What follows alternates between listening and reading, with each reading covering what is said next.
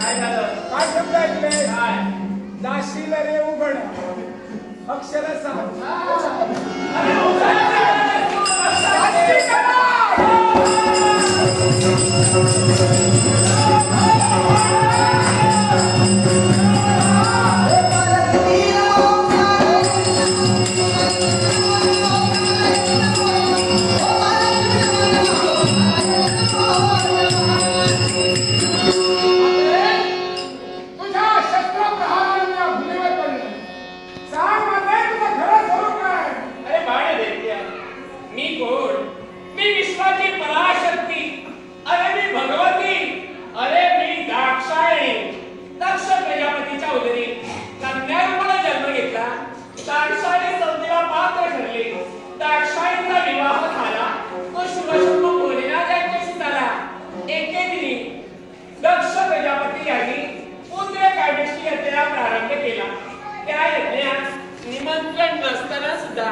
दाक्षायणीचं जाणं झालं म्हणूनच क्रोधाने क्रोधायमान झालेले दक्ष प्रजापती यांनी शिवशंभू भोलेनाथाची निर्वसना केली.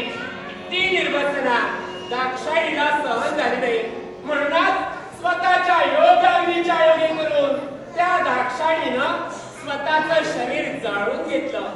ते जळत असलेलं शरीर शिवशंभू भोलेनाथाने आपल्या हस्तावर धारण केलं आणि संपूर्ण ब्रह्मांडात ते फिरू लागले. मायेनं मायातीत झाले.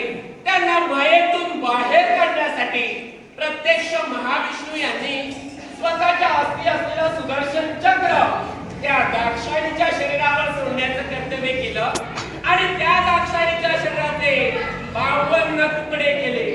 ते 52 तुकडे या भूतलावर ज्या ज्या ठिकाणी पडले त्या त्या ठिकाणी 52 शक्तिपीठ निर्माण झाली. त्याप्रमाणे पृथ्वीलोकाच्या ठिकाणी दक्षिण दिशेला असलेल्या 3 समुद्राच्या संगमावर त्या दाक्षायणीचा स्कंद आणि पाठीमागचा भाग पडल्या कारणानं त्यातूनच जन्माला आली ती ही देवी पुण्याक्षी पुण्याक्षी पुण्याक्षी. अरे शिवशंभू भोलेनाथांचं आणि माझं लग्न ठरलं. ऐन लग्नाच्या वेळी भोलेनाथांचं वराड माघारी फिरलं. ही सुद्धा एक शिवलीलाच होती. कारण असं जर त्यांनी केलं नसतं तर त्यांनी तुला दिलेलं वरदान सत्य झालं नसतं. तुझं मरण एका कुमारिकेच्या हातून होतं म्हणूनच आज माझ्या शस्त्राकरणी तुला मृत्यू आलेला.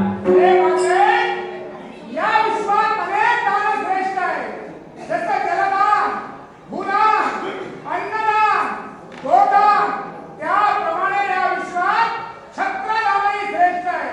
माझे तुझ्या कृपा छत्राचं छत्रदान अखंड माझ्या मस्तकावर राहावं.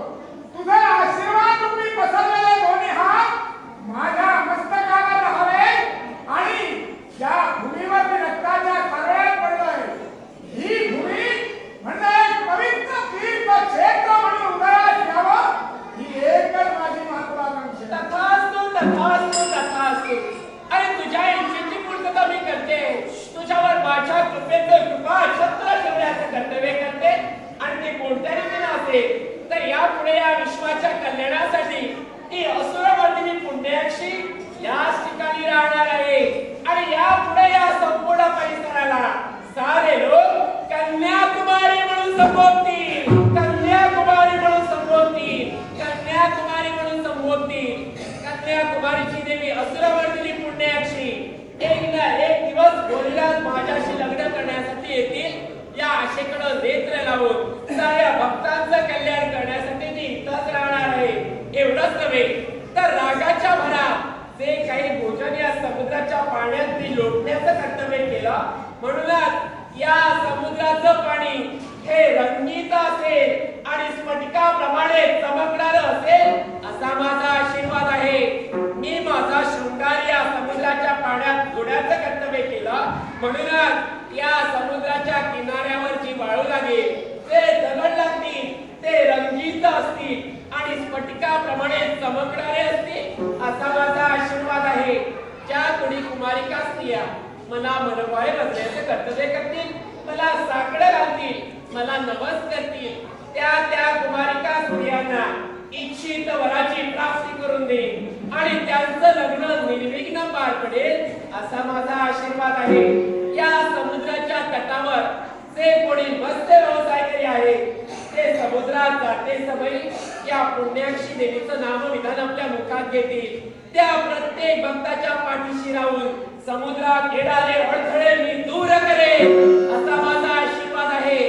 जे कोणी भाविक भक्तजन या कन्याकुमारीला येऊन असुरमर्दिनी पुण्याक्षीला मनोभावे पूजण्याचं कर्तव्य करतील त्या प्रत्येक भक्ताला ऐश्वर्य, सुख, संपत्ती, संतती प्राप्त करून देईल असा मंगलमय आशीर्वाद आहे. मंगलमय आशीर्वाद आहे. मंगलमय आशीर्वाद आहे. माते तो भागा मला काश्मीरमध्ये येतो. ओम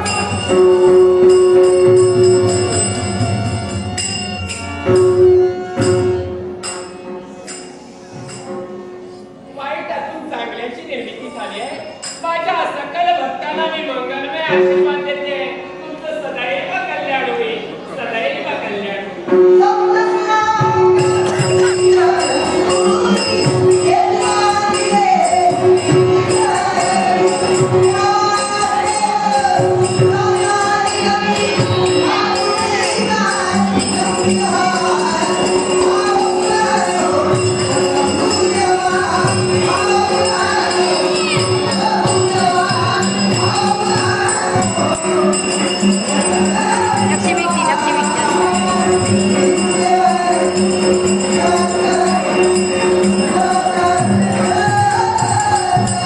Orang boleh berkata